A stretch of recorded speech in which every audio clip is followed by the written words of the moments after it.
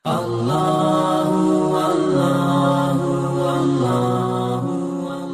रसूलुल्लाह सल्लल्लाहु अलैहि वसल्लम लक़िनु मौताकुम ला इलाहा इल्लल्लाह औ कमा क़ाल अलैहि सल्लतु वस्सलाम।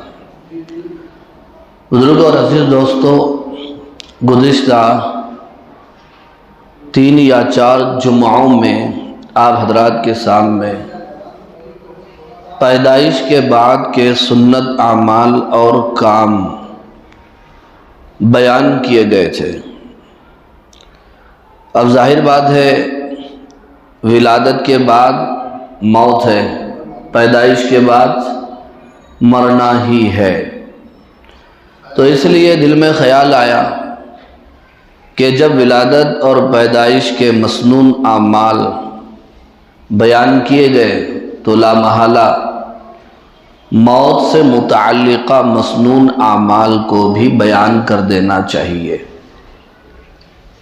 देखिए, अल्लाह तबारक व तआला ने बयान फरमाया, मा आताकुमुर रसूल फ़ख़ुज़ू व मा नहाकुम अन्हु फ़न्तहू।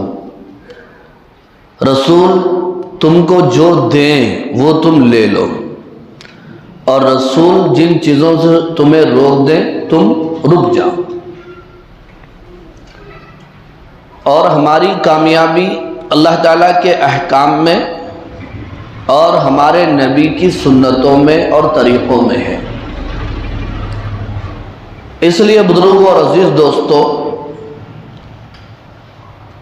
एक एक चीज़ के बारे में और एक एक अमल के बारे में प्यारे नबी सल्लल्लाहु अलैहि वसल्लम की प्यारी सुन्नतों का एहतमाम करना चाहिए। यही असल दीनदारी है, यही असल इताअत व फरमा बरदारी है, यही अल्लाह और उसके रसूल से वफादारी है, और यही असल में दीनदारी भी है।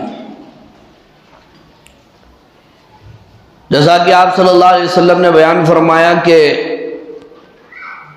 तुम में से कोई उस वक्त तक मोमिन नहीं हो सकता जब तक कि मैं उसके नज़दीक उसकी बीवी बच्चों, माँ बाप, कुंबे और ख़ानदान और पूरे इंसानों से ज़्यादा अजीज़ और प्यारा ना हो जाऊं।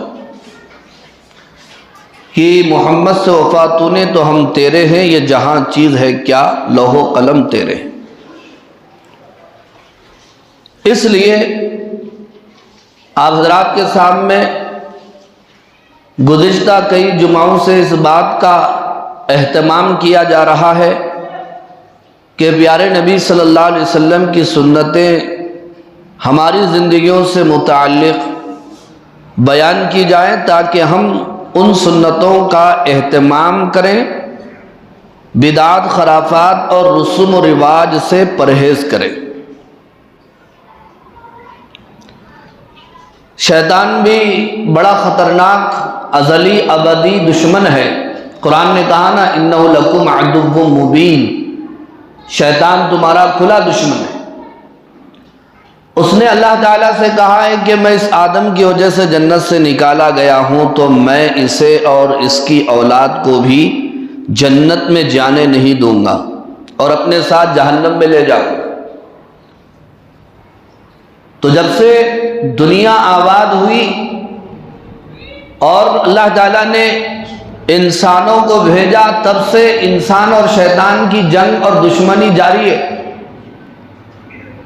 और वो बड़ा मक्कार है, साजिशी है, तजुर्बेकार है। हमको कैसे बेदीनी की आग में झोंकना है उसे अच्छी तरह मालूम है। बुजुर्गों और अजीज दोस्तों, जब भी जिंदगी में हम कशमकश में मुब्तला हो जाएं, किसी मामले में हम फैसला करने के बारे में लैतुलाल का पसोपेश का शिकार हो जाए, तो उस वक़्त हमें अल्लाह के हुक्म को और अपने नबी की सुन्नत को देखना चाहिए। बस अलैकुम बिस्सुन्नति व सुन्नतिल खुलफाए राशिदीन महदीयीन फरमाया, तुम पर मेरी सुन्नत, खुलफा राशिदीन की सुन्नत लाजिम है। और एक हदीस में यूं फरमाया, अस्हाबी कन नुजूम बिअय्यिहिम इक्तदैतुम इह्तदैतुम, मेरे सहाबा सितारों के जैसे हैं, तुम इनमें से किसी की इक्तदा कर लो, हिदायत पा जाओगे। तो आप सल्लल्लाहु अलैहि वसल्लम की सुन्नतें, सहाबा का तरीका, सहाबा की सीरत देखकर हमें अपनी जिंदगियां गुजारना चाहिए और सारे अमाल अंजाम देना चाहिए। बच्चे हैं तो खेल कूद में नबी की सुन्नत को देखें, जवान है तो अपनी मसरूफियात, तिजारत, बिजनेस में अपने नबी के तरीके को देखें। माँ बाप हैं तो नबी की जिंदगी को देखें कि औलाद का क्या हक अदा करना है। औलाद है तो नबी की जिंदगी को देखें कि माँ बाप का क्या हक है। उस्ताद है तो भी नबी की जिंदगी को देखें, शागिर्द है तो भी नबी की जिंदगी को देखें। अफसर है तो मातहतों के बारे में, मातहत है तो अफसर के बारे में, छोटे हैं तो बड़ों के बारे में, बड़े हैं तो छोटों के बारे में नबी की जिंदगी को देखें और नबी की जिंदगी को अपनाएं। लक़द कान लकुम फी रसूलिल्लाहि उसवतुन हसना फरमाया। और सहाबा इकराम रिज़वानुल्लाहि ताला अलैहिम अजमाइन अपनी पूरी जिंदगी इसी तरह गुजारते थे। आप सल्लल्लाहु अलैहि वसल्लम की सुन्नतें, आप सल्लल्लाहु अलैहि वसल्लम के आदात, मुबारक तरीके देखकर वो अपनी जिंदगियां गुजारते थे। इसलिए अल्लाह ने उन्हें कामयाबी नसीब फरमाई दुनिया और आखिरत में।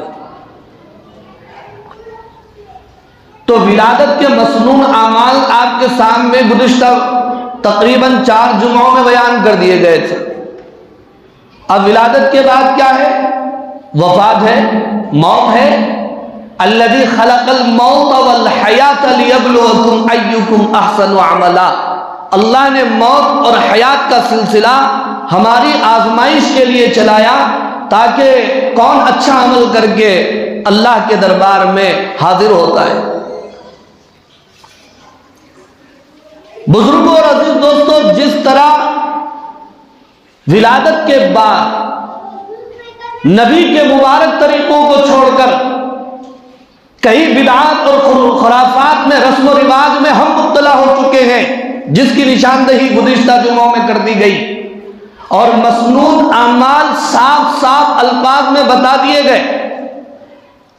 इसी तरह बुजुर्गों और अजीज दोस्तों, विलादत के बाद मौत के सिलसिले में भी हम बहुत सारे रस्म व रिवाज के शिकार हो चुके हैं, लेकिन हम उसकी खोज में नहीं रहते, उसकी तहकीक में हम नहीं रहते। एक मर्तबा जो हम सुन लिए तो बस सुन लिए, वही सिलसिला चल रहा है, वही तरीका चल रहा है। दीन के मामले हम बड़े भोले, दुनिया के मामले में बड़े कोले हैं। एक आदमी हमको कोई रेट बता दे, किसी चीज की कीमत बता दे, सामान की कोई कीमत बता दे, हम जल्द एतबार और भरोसा नहीं करते जब तक कि हम 4 लोगों से नहीं पूछ लेते।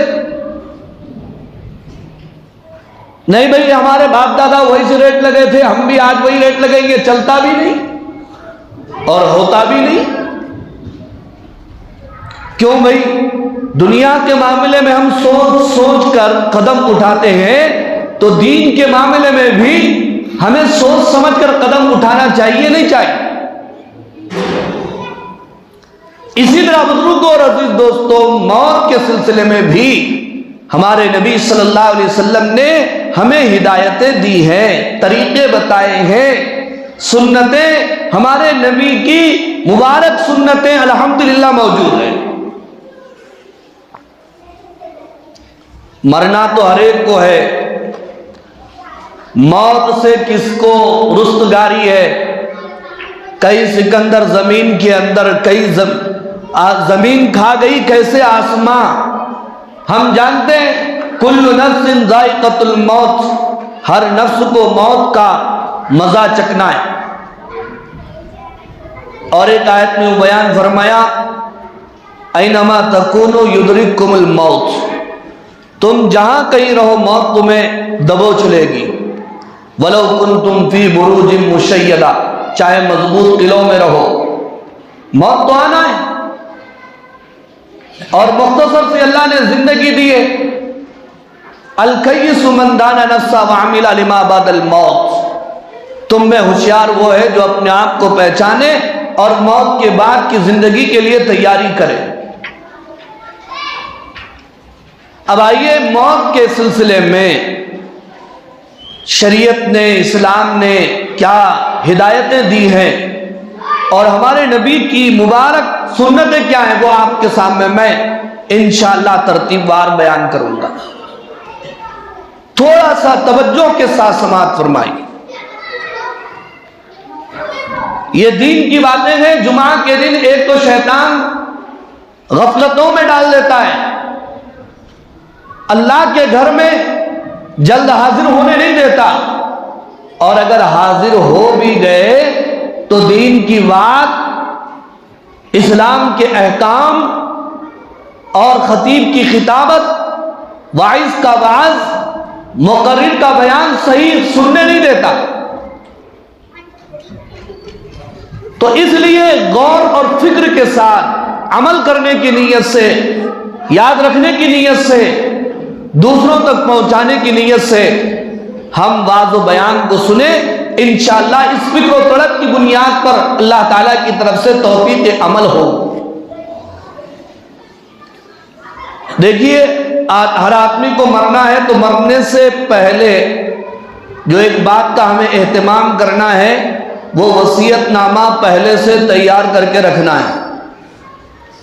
वसीयतनामा कोई तैयार करके रखता कि अभी मेरे को मरना है, अभी मेरी उम्र ही क्या है, 40 साल, 45 साल, 50 साल, देखेंगे मैं जब दादा बन जाऊंगा, नाना बन जाऊंगा, कई नवासे और पोतरे मेरी गोद में खेलेंगे और सारी चीजों से फारिग हो जाऊंगा, तब वसीयतनामा लिखूंगा या वसीयत करूंगा, बात की बात है। लेकिन उलमा इकराम ने लिखा है कि हर आदमी वसीयतनामा अपने पास रखे हो और वक्तन फवक्तन उसमें तब्दीली भी करते रहा करे। मौत का कोई भरोसा नहीं है। वसीयतनामे में क्या लिख कर रखे वो, कई नमाजें उसकी कज़ा हो चुकी हैं, तो इतनी नमाजें मेरे कज़ा हो चुकी हैं, इतने रोजे कज़ा हो चुके हैं, मेरा हज भी है, इतने कर्ज दूसरों को मैं देना है या लेना है, या इतने कफ़ारे हैं या कसम का कफ़ारा, जो भी दीनी फराइज हैं वो लिख लें। कम अज कम वारिसीन उसकी मौत के बाद कि भाई ये हमारे बाप थे, ये दादा थे, ये मर गए, इनके ऊपर इतनी नमाजें फर्ज थी, इतने रोजे फर्ज थे, इतने कज़ा थे, उसका फिदिया तो दे देंगे उसकी तरफ से। वसीयतनामे के बाद मौत के सिलसिले में जो दूसरी बात है वो ये है कि कोई आदमी जब मरने लगता है तो उसके पास बैठकर एक काम तो ये करना चाहिए, ला इलाहा इल्लल्लाह की तलकीन करना चाहिए। जैसा कि आप सल्लल्लाहु अलैहि वसल्लम ने फरमाया, लकीनु मौताकुम ला इलाहा इल्लल्लाह, कि अपने मरने वालों को ला इलाहा इल्लल्लाह की तलकीन करो। और आदमी जब मर रहा है उसकी निशानियां, उसके आसार देखकर हम जान सकते हैं कि इसकी मौत करीब है, ये जाकनी के आलम में मुब्तला हो चुका है।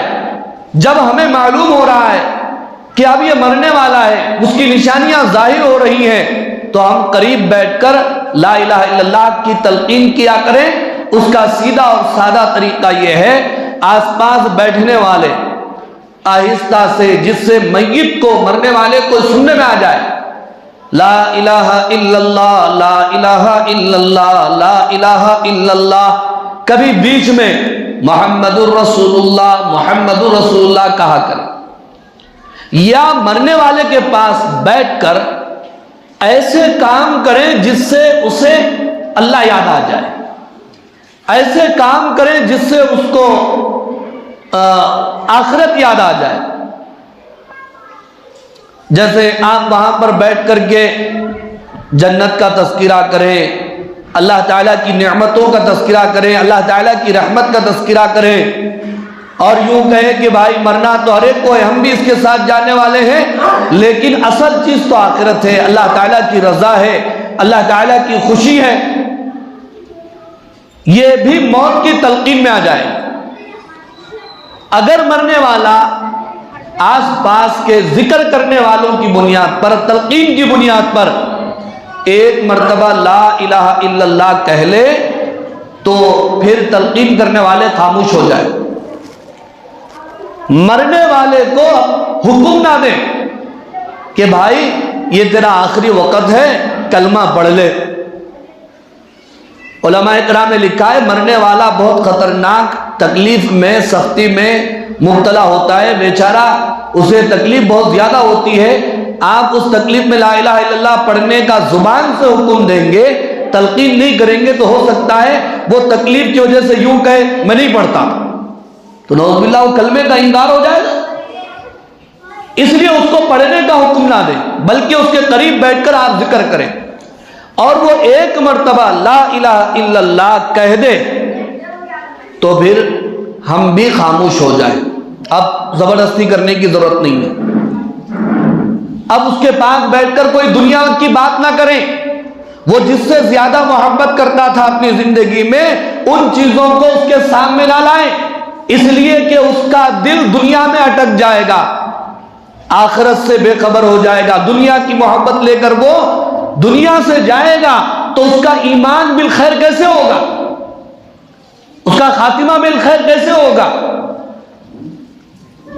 लेकिन आजकल क्या है, कोई भी थोड़ा मर रहा, मरते ही वो छोटे बच्चों को बुलाओ, फलां भाई को बुलाओ, फलां को बुलाओ, उसके सामने दुनिया की चीजें लाकर, दुनिया की मोहब्बत दिल में डालकर दुनिया की मोहब्बत से उसको रुखसत कर रहे हैं।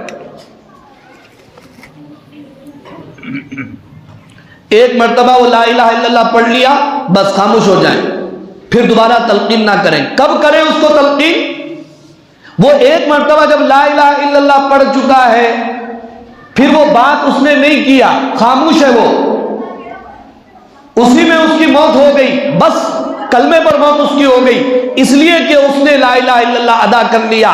और हदीस में यह आता है जिसका आखिरी कलाम, आखिरी बात ला इलाहा इल्लल्लाह है, दखलल जन्नह, वो जन्नत में चला गया। उसने एक मर्तबा ला इलाहा इल्लल्लाह पढ़ लिया, बात खत्म हो गई, दोबारा पढ़ाने की जरूरत नहीं है। हाँ, उलमाए किराम ने लिखा है एक मर्तबा ला इलाहा इल्लल्लाह पढ़ने के बाद दोबारा उसने कोई और बात की तो और अब फिर कलमे की तलकीन करो, इसलिए कि अब आखिरी जुमला, आखिरी बात ला इलाहा इल्लल्लाह नहीं है, बीच में कोई दूसरी बात आ गई। अब फिर उसको ला इलाहा इल्लल्लाह की तलकीन करो, बैठ करके उसके आसपास जिक्र करो, फिर वो ला इलाहा इल्लल्लाह पढ़ ले तो तुम भी खामोश हो जाओ। एक काम तो ये करना है, और मरने वाले के पास बैठकर दूसरा काम सूरह यासीन शरीफ की तिलावत करना है, इसलिए कि हदीस के मफ़हूम में यह बात आती है कि मरने वाले के ऊपर या उसके पास बैठकर जब सूरह यासीन शरीफ की तिलावत की जाएगी तो अल्लाह सूरह यासीन शरीफ की तिलावत की बरकत से मरने वाले की मौत में आसानी पैदा फरमाएंगे और उसकी रूह और जान आसानी के साथ जल्दी निकल जाएगी। इसलिए कभी कभार लोग फोन करते रहते हैं कि उन साहब हमारी दादी, हमारी नानी, हमारे दादा, हमारे वालिद साहब ऐसे गए, मरने के करीब हैं, लेकिन 2 दिन हो गया, 3 दिन हो गया, बस जिंदगी और मौत के दरमियान है, तो हम क्या करें? अक्सर बेशतर मैं यही कहता हूं सूरह यासीन शरीफ की तिलावत करो। बुजुर्ग और अजीज दोस्तों, देखने में आता है कि सूरह यासीन शरीफ की तिलावत की बरकत से रूह आसानी के साथ निकल जाती। और एक काम की बात आपको बता देता हूं, सूरह यासीन शरीफ वो अजीम और बड़ी सूरत है जो जिस मकसद के लिए पढ़ी जाए अल्लाह उस मकसद को सूरह यासीन शरीफ की तिलावत की बरकत से पूरा फरमा देते हैं। यहां तक कि अगर औरत दर्द ज़ह में मुब्तला हो, बच्चे की पैदाइश की तकलीफ में हो, विलादत आसानी के साथ ना हो रही हो, ऐसी औरत पर भी सूरह यासीन शरीफ की तिलावत करो और सूरह यासीन शरीफ का दम क्या हुआ पानी पिलाओ, इंशाअल्लाह इस सूरत की तिलावत की बरकत से विलादत में आसानी हो जाएगी। ये दूसरा काम करना है। अब तीसरा काम क्या करना कि चलो जो अल्लाह की मर्जी है वो होता है, मरने वाला मर गया, तो जब आदमी मरने लगे, मर गया नहीं अभी, क्या करे, अभी मरने लगे, तो उस वक्त क्या करना चाहिए? रोना चाहिए, चीखना चाहिए, चिल्लाना चाहिए, पूरी बस्ती को उठाकर बिठा देना चाहिए, बर्तन पटक देना चाहिए।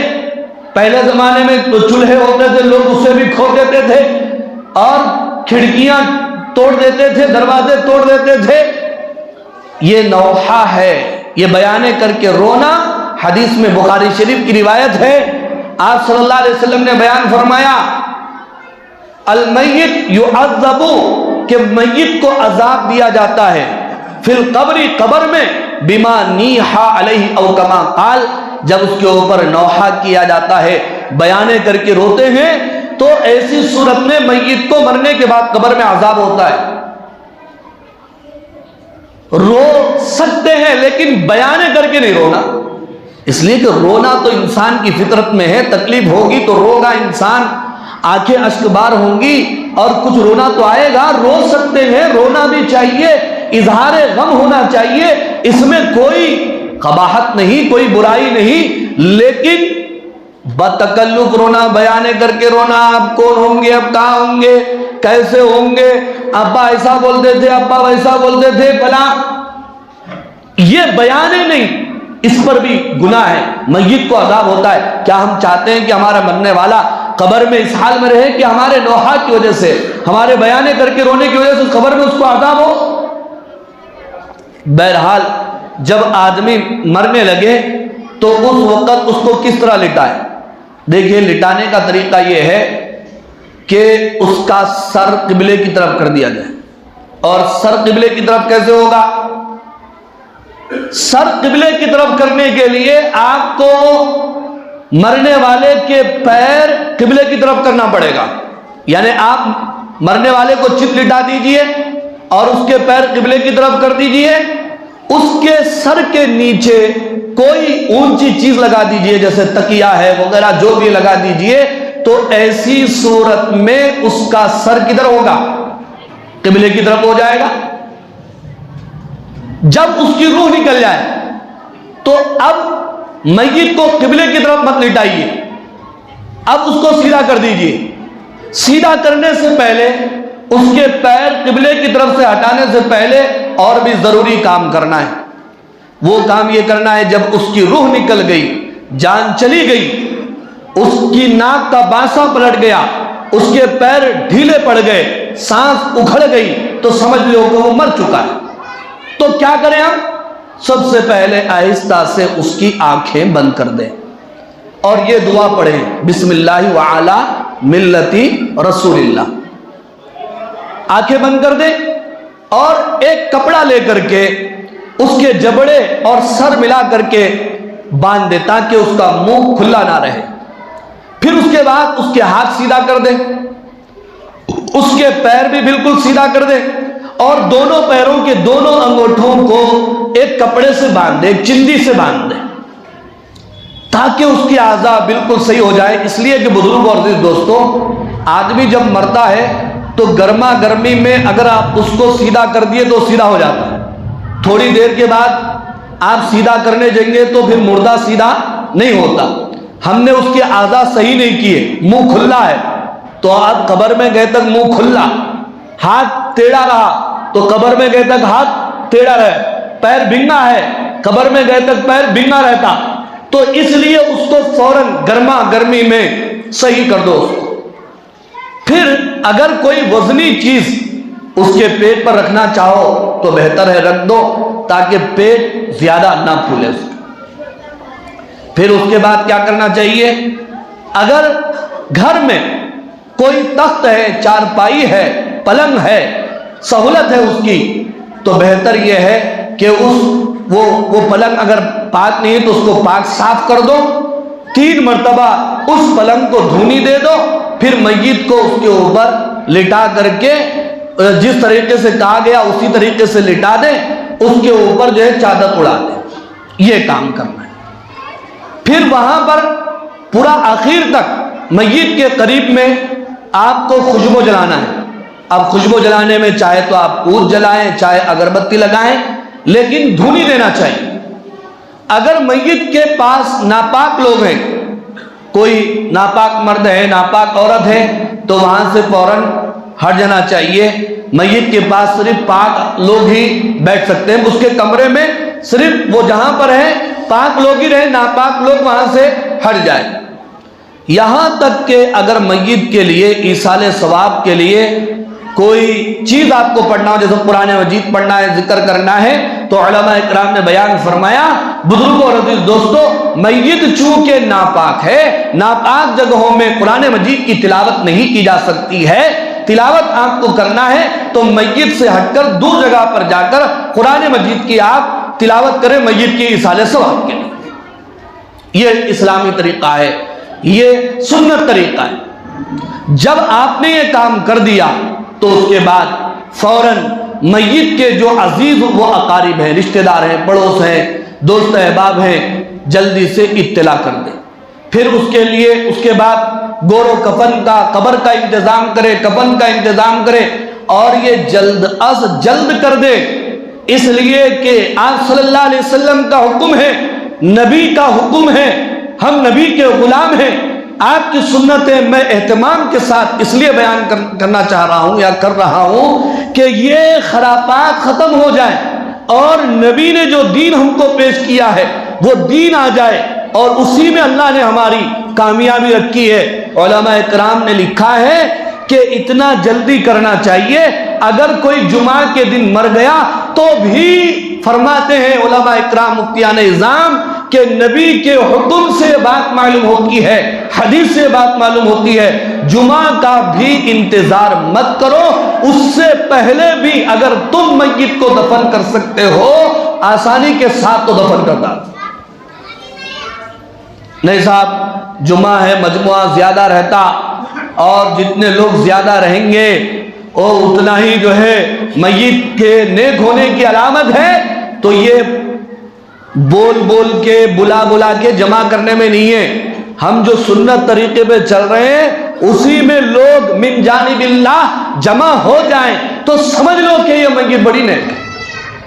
आप 3 दिन 4 दिन फ्रिज में रख के, बर्फ में रख के, अखबारात में डाल के, फोन आकर के बुला के 10,000 का मजमा रख के देखो जाने वाला बहुत नेक है, ये नहीं। कुदरत ने अगर उसकी मय्यत में, उसके जनाजे में जमा कर दिया लोगों को तो समझो कि वो नेक आदमी। इतना जल्दी करना चाहिए। फिर इसी तरह बुजुर्ग और अजीज दोस्तों, जो लोग मरने वाले के घर पर आए वो अपने खाने का इंतजाम खुद करें। घर वाले उस दिन खाना उना पकाने की जरूरत नहीं है। हदीस में आता है कि जिसके घर किसी का इंतकाल हो जाए, पड़ोसियों के ऊपर लाजिम है कि वो अपने पड़ोस में मरने वाले के रिश्तेदारों का ख्याल करे, खाना पका करके भेजे। ना ये कि मरने वाले खुद जो है दावत कर रहे हैं, वो तो जायज ही नहीं है। क्या मरने वाले की खुशी थी कि आपने अपने घर में दावत कर दी? नहीं, लोग दूर से आते हैं, देर से आते हैं, भूखे प्यासे होते हैं, वो खुद अपना इंतजाम करें, पड़ोसी इंतजाम करें, हाजिर होने वाले दूसरे लोग इंतजाम करें। लेकिन ये चीज भी आज समाज में, मुसलमानों में देखने में नहीं आ रही है। इस सुन्नत को भी जिंदा करना चाहिए। किसी का इंतकाल हो जाए, पड़ोसियों की ये जिम्मेदारी है, उनका ये फरीजा है कि उनके घर खाना पका करके भेजे। घर वाले खाना ना पकाए, एक दिन कम से कम इसका एहतमाम करें, वरना अल्लाह के पास पकड़ होगी। अगर जो है मरने वाले के रिश्तेदार खाना ना खाएं, वो भूखे रहे, उनके बच्चे भूखे रहे।